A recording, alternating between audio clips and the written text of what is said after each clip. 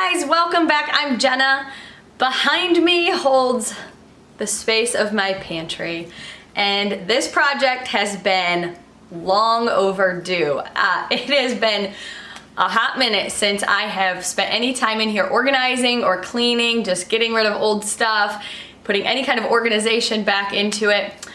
A couple of years ago, I did do that and I had bins and labels, but over time, the kids crawling on things and knocking things over and groceries getting thrown in there and not put in the right place, it is a complete disaster. And I honestly don't know what all is in here. So for my own sanity, so I can cook more efficiently, I know what ingredients I have on hand, I'm not buying things that we don't necessarily need more of.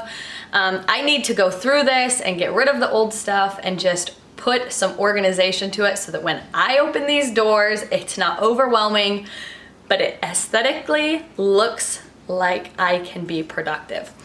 There are things that I need in my life, and organization is one of them. So I wanted to use mostly what I had on hand already. So I had really cute labels picked out on Amazon, which I will link you to, because if you need some labels in your life, these are really, really cute. But I didn't even want to spend money on that. So I did pick up a few extra bins and containers from the Dollar Tree. They were really inexpensive, but they hold up pretty well. They're made fairly decent, and so I've had really good luck using those in the past. But I also picked up some chalkboard paint several months back, and I'm just going to actually paint onto some of my jars and make my own labels for now.